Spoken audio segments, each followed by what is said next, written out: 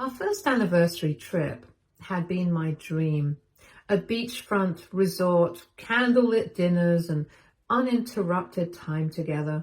It felt like the perfect way to celebrate the year we had spent building our life as husband and wife. I had planned every detail right down to his favorite wine for the sunset toast. He seemed happy, or at least I thought he was. But now, looking back, there had been signs, subtle ones. He wasn't his usual self during the trip.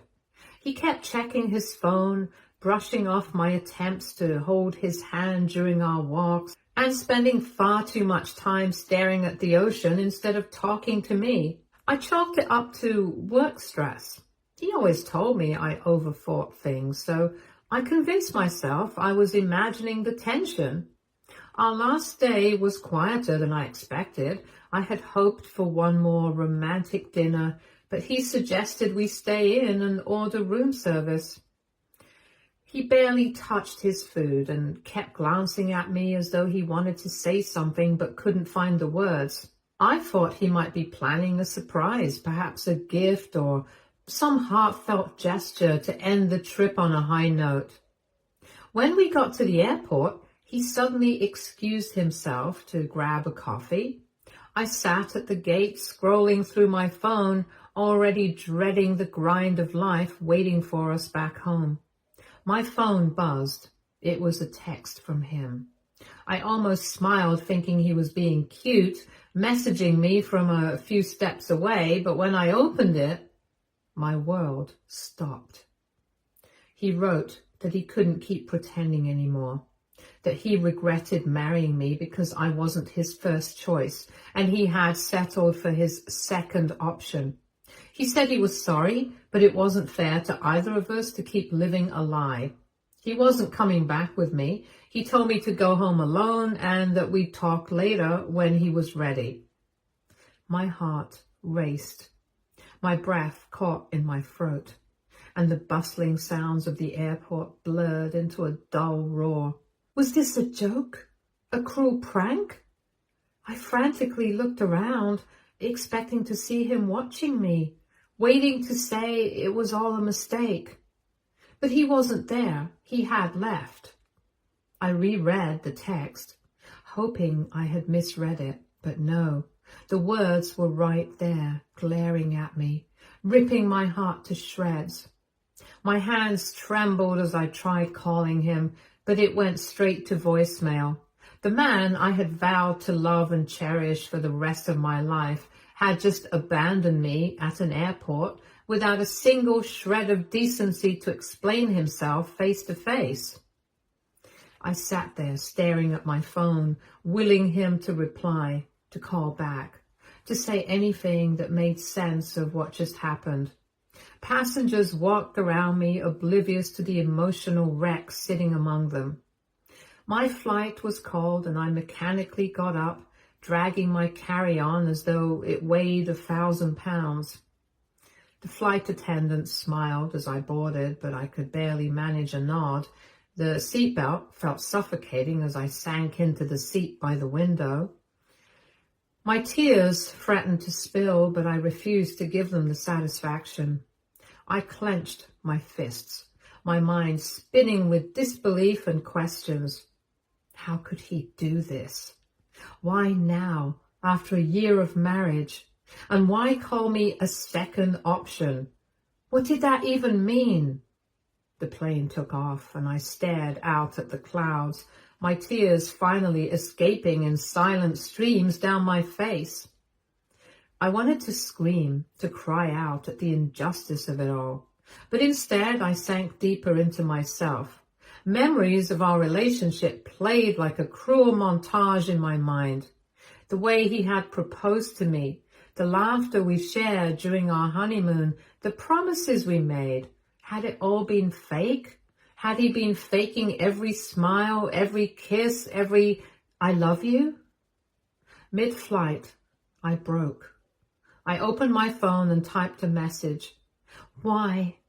Why are you doing this? The reply came almost immediately, cold and detached. He said he was tired of pretending to be someone he wasn't, that he had tried to make it work but couldn't force feelings that weren't there. He admitted he married me because I was safe, dependable, and easy to please. But I wasn't the woman he truly wanted. He said he thought he could grow to love me, but he was wrong. My stomach churned as I read his words. I felt humiliated and discarded, like I was nothing more than a placeholder. Safe and dependable? That's all I was to him? I typed back furiously, asking who this first option was. Had he cheated on me? Was this about someone else? He didn't reply. By the time we landed, I was numb. My heart felt like a hollow shell, and my mind was clouded with anger and despair. I didn't even bother trying to call him again. I knew there was no point. He had made his decision. The man I had trusted with my heart had ripped it out without a second thought. I arrived home to our empty house, though it didn't feel like home anymore. Every corner of it was a reminder of the life we had built together, or rather, the life I had built while he pretended. His shoes by the door, his favorite coffee mug on the counter, the framed wedding photo on the mantel. They all mocked me with their presence. I wanted to scream, to throw something, to destroy the reminders of him, but I didn't. Instead, I sat on the couch, staring at nothing, letting the weight of his betrayal crush me. I spent that night replaying his words in my head, trying to make sense of what he had done, but no matter how many times I turned it over, the conclusion was the same. I had loved someone who never truly loved me back. And now I was left to pick up the pieces of a life shattered by his lies. Update 1. I didn't know what to do. Should I wait for him to come back? He eventually would, right? The silence of the house was unbearable. It wasn't the comforting quiet I'd once loved, the kind where I could hear the soft hum of our lives together. Now it was oppressive, a void echoing the betrayal that had shattered everything I thought we had. I wandered through each room like a ghost.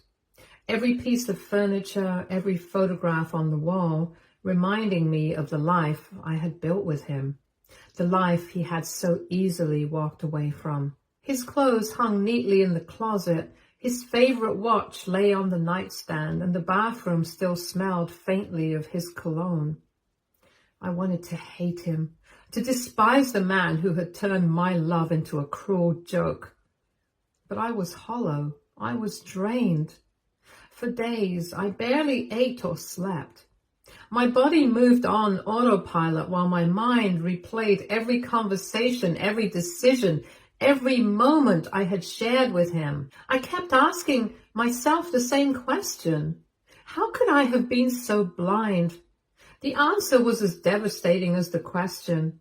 I loved him too much to see the reality, or maybe I didn't want to see it. By the third day, the initial fog of heartbreak began to lift, replaced by a simmering anger. He had left me to deal with this mess while he disappeared, probably convincing himself that he was the victim of a loveless marriage. I wasn't going to let him define the narrative. I wasn't going to stay and wallow in a house that no longer felt like home. So I made a plan. It took me a week to sort everything out. I boxed up my belongings, separating what was truly mine from the things we had brought together. Packing felt therapeutic, like I was reclaiming pieces of myself that I had given away too freely. His things I left untouched. Let him deal with the empty shelves and the void where my presence used to be. I also arranged to end the lease. The house had been a rental we'd chosen together during our early days of marriage. It felt fitting to leave it behind, to start fresh, somewhere that didn't carry the weight of his lies. I contacted the landlord and scheduled the move-out notice to align with my departure. Finally, I sat down to write. The letter wasn't easy to write. Every word felt like dragging a blade across my heart, but I knew it had to be done. I needed to say my piece, to make him understand the gravity of what he had done, not just to me, but to the person I had been before him. I started by telling him I was leaving, not just the house, but the marriage. I wrote about the sacrifices I had made, the love I had poured into him, and the trust he had shattered with a single text message. I told him how dirty it felt to be discarded like an afterthought, to be labeled his second option, as though I was some consolation prize for his failed fantasies. Then I addressed the woman I suspected was his first option.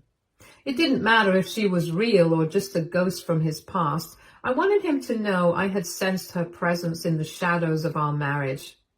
I reminded him that while he had been chasing an illusion, I had been building a life for us, a life he didn't deserve. The twist came at the end. I revealed that while he thought he was walking away on his terms, I had already taken the first step. Along with the letter, I enclosed 2 official notices, one for our divorce and one for the house vacancy. The lease was ending in a week, and he would have to deal with the logistics of finding a new place and shifting out. I didn't care where he went. It wasn't my problem anymore. I signed the letter with not just anger and bitterness, but also with the quiet dignity he had tried to strip from me. I didn't want to be a woman who put a man's needs above her own. On my final day in the house, I left the letter on the kitchen counter, weighed down with the pieces of his favorite coffee mug. A small, ironic touch that gave me more satisfaction than I expected. I looked around the house one last time. It was just a shell of the marriage I was leaving behind. I locked the door and walked away without looking back. Update 2. Leaving the house felt like shedding skin that no longer fit, but it didn't make the wounds hurt any less. The first night in my new tiny apartment was unbearable. The walls seemed to close in on me, and the silence was far from comforting. It only amplified the chaos in my head. I spent hours lying on a mattress I had dragged in from a discount store, staring at the ceiling and wondering if I had made a mistake by walking away. But then I pushed myself up. There was a flicker of clarity. I didn't need to tiptoe around the shadows of a failed marriage. I didn't have to wonder if my husband's distant gaze meant he was thinking about her.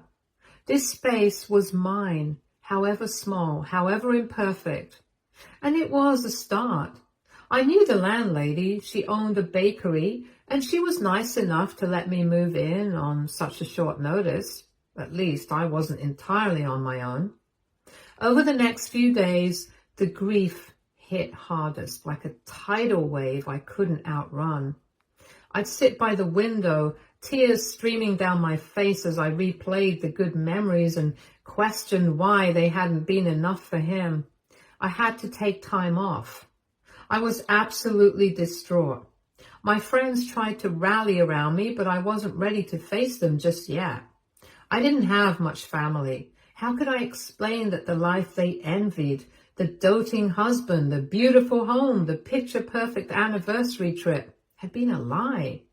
Their pity would have been unbearable, so I leaned on the one person who truly understood my silence, my best friend, Kelly. Kelly showed up the second I told her where I'd moved, arms full of groceries and enough wine to last a month. She didn't pry or offer cliches about time healing all wounds. Instead, she sat with me on the floor of my unfurnished living room, letting me rant, cry, and occasionally laugh at how absurdly awful everything felt. She didn't leave. She basically moved in with me. I felt much less alone. Even the landlady left me cookies every day. It was during one of those wine-soaked evenings with Kelly that I realized something. He may have broken my sense of security, my trust, and even my self-worth for a while. but he hadn't stolen me. Somewhere beneath the rubble of our marriage, the ambitious, vibrant, hopeful version of me was still there. Update 3. Exactly 2 weeks after I left, the call came. I had anticipated it. It wasn't a question of if he would call, but when. Still, when his name lit up my phone screen, I froze. My hand hovered over the device as my heart pounded. I knew he still had access to the house. The landlord informed me that his things were still there. I let it ring, unsure if I had the strength to answer. His voice, even after everything, still had the power to unravel me. Finally, I swiped to pick up, steeling myself for whatever he would throw at me. The first thing I heard was his ragged breathing, the kind of sound someone makes when their emotions are barely in check. It was so loud. I couldn't have imagined it. His voice, when he finally spoke, was cracked and desperate, filled with remorse I had never heard before. He said he had come back to an empty house, to the letter I'd left, and the notices that accompanied it. He sounded stunned, as though he hadn't believed I was capable of walking away until he saw the evidence in front of him.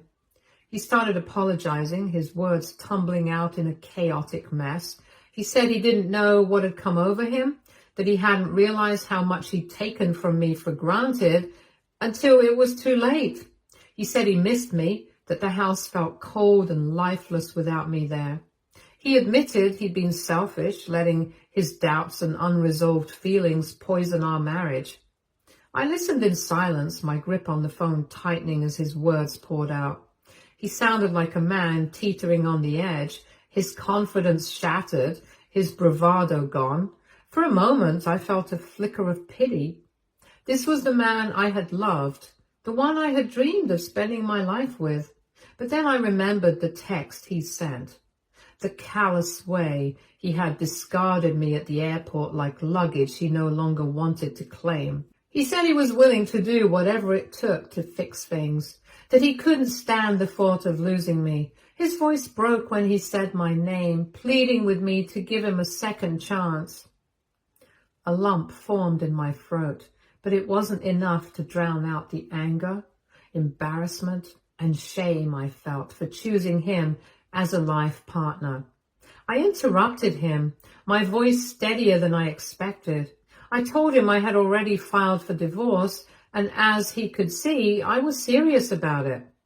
When he finally spoke, his voice cracked. He asked why I hadn't told him, why I hadn't called or texted him about this, why I hadn't given him a chance to prove that he could be better. His tone was accusatory, as if I were the one at fault for giving up too soon. I didn't hold back. I told him I had spent years giving him chances, sacrificing my own happiness for the sake of a marriage he had treated like an obligation. I reminded him that while I had been planning our future, he had been living in the past, chasing a fantasy that didn't include me. His tears and apologies couldn't undo the damage he had caused, or erase the words he had so carelessly said that day at the airport. He kept pleading. He promised that things would be different this time, that he would go to therapy, and that he would do whatever it took to make me happy. He said he hadn't realized how much I meant to him until he saw the house stripped of my presence, until he read my words and felt the weight of what he had lost. The temptation to believe that he could change didn't overpower how I felt at the airport. I thought about the nights I had spent crying alone, the humiliation of being abandoned so publicly, and the endless compromises I had made for a man who never once met me halfway. I asked him if he knew how I felt when he abandoned me at the airport. I told him he could have told me face to face. I yelled at him that the whole airport scenario didn't have to happen at all. I said I was done. The rawness in my voice seemed to shock him. I said that while I still wished him the best, not really. I wasn't interested in being part of his redemption story. I didn't want to be the woman who stayed, the woman who forgave, the woman who bent until she broke. I deserved better than that. There was a long pause before he asked, almost in a whisper, if we could meet in person to talk. He said he needed to see me to explain himself properly, to show me how much he regretted his actions. I hesitated. I wanted to see the pain on his face and feel the satisfaction of knowing he finally understood what he had lost. But I knew that meeting him would only drag me back into the chaos I was trying so hard to escape. I told him I would think about it, though we both knew my answer was already no. I told him I would meet him for legal obligations, though. When the call ended, I sat in the quiet of my apartment, staring at the phone in my hand. I had thought his remorse would bring me closure, that hearing him beg for forgiveness would heal some of the wounds he had inflicted, but instead, I felt nothing. His regret didn't undo what he had done, and his tears didn't lessen the pain I had endured. I poured myself a glass of wine and stood by the window, watching the city lights twinkle in the distance. I didn't need him to have a happy ending. I promised myself I would never give up on it. Update 4. Kelly continued to be my rock, showing up unannounced with coffee or dragging me out for impromptu dinners. One night, as we shared a plate of nachos at our favorite diner, she told me I seemed different, maybe a little happier than before. It had been 2 months after I left. I received a message from him. My lawyer helped me deal with him mostly, and there wasn't much to split. I should have at least married rich if I had to deal with so much trauma. Crying on the cruise didn't seem too bad. The message said he had accepted the divorce and was signing the papers. He thanked me for the years we had shared before marriage and after, and admitted that he had been wrong to take me for granted. He said he hoped I would find the happiness I deserved. I sent a short reply, thanking him for his honesty and wishing him the best. It wasn't forgiveness exactly, but it was my way of letting go. Days passed and life carried on. While scrolling through social media, I saw a post that made my heart stop. It was on his account. The woman he had once chosen over me. He had tagged her in a picture, a blurry shot of them at a bar with a caption that made my stomach churn. Some things are worth waiting for. I couldn't help but laugh. It wasn't a bitter laugh, but one of genuine amusement. After everything, after all his tears and apologies, he had gone back to her. The irony was almost poetic. This was his pattern, his way of filling the voids in his life with people he didn't know how to value. It wasn't about me or her. I closed the app and turned my attention back to my day. There were better things to focus on in life. Update 5. 2 days after I saw the picture of him and his ex, my phone rang again. His name flashed on the screen, and for a brief moment I considered ignoring it. I'd already closed the door on that chapter of my life. What more could he possibly have to say? I thought, let's get it over with. His voice was shaky when I answered, as if he'd spent hours working up the courage to call. He started by asking how I was, but I could hear the hesitation in his tone, the way he struggled to sound casual when his desperation was practically oozing through the phone. He said he wanted to talk about the divorce and that he wasn't ready to give up on us. I let out a short laugh. More incredulous than amused, I asked him what had changed since his last message, the one where he so graciously accepted the divorce. His answer came in a rush, words tumbling over each other as he tried to explain. He said he'd made a mistake by letting me go, that seeing me leave had made him realize how much he needed me in his life. I interrupted him, saying that it didn't look like he meant it. He caught on immediately. He said the picture with his ex meant nothing, that it was just a night out with an old friend and people were reading too much into it. He claimed he was still in love with me, that he couldn't imagine a future without me. I let him ramble, my silence fueling his desperation. His voice cracked as he begged me to reconsider and to give him one more chance. He said he was willing to go to therapy, to do whatever it took to fix things. He said he couldn't believe I had given up on us so easily. That was the breaking point for me. Easily? I cut him off mid-sentence, my voice sharper than I had intended. I told him if he thought this was easy, he hadn't been paying attention. I told him he didn't even have the dignity to leave me respectfully. I told him to look at the damage he had done, of the years I spent being his emotional punching bag, his second choice, his afterthought. He tried to interrupt, but I didn't let him. I told him that his regrets didn't erase the hurt he had caused or the humiliation of being abandoned at an airport because he didn't have the guts to be honest. I told him that his tears didn't undo the text he sent, the one that shattered my trust and left me questioning my own worth. He started apologizing again, but I wasn't interested in his apologies. I told him I had seen the picture with his ex and that it confirmed everything I already knew about him. I said that he wasn't capable of being alone, that he was so desperate for validation that he would cling to anyone who gave him the attention he craved. His voice rose, defensive now.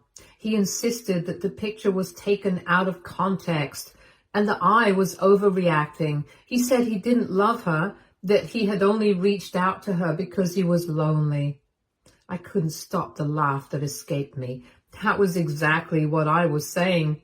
I told him his loneliness wasn't my problem anymore. I said if he had spent half as much effort trying to make our marriage work as he's now begging me to come back, we wouldn't be in this situation. He started to cry then, his voice breaking as he begged me to reconsider. He said he couldn't handle the thought of losing me, that he didn't know how to move on without me. I took a deep breath, steadying myself. Then I delivered the words I knew would shatter what was left of his fragile ego. I told him I wasn't the one who needed to move on. He was. I said that I had already started building a life without him, one that didn't revolve around his moods or his insecurities. I told him that I didn't miss him, not even a little, and that the only thing I regretted was marrying him. I could practically hear his heart breaking, his pride crumbling. I didn't want to be harsh, but hearing him just made me so angry. When he finally spoke, his voice was small, almost childlike. He asked if there was anything he could do to change my mind. I told him the only thing he could do was show up in 6 months to finalize the divorce. Until then, I didn't want to hear from him, see him, or even think about him. I said that this wasn't a negotiation, that there was nothing left to salvage. He started to protest, but I cut him off.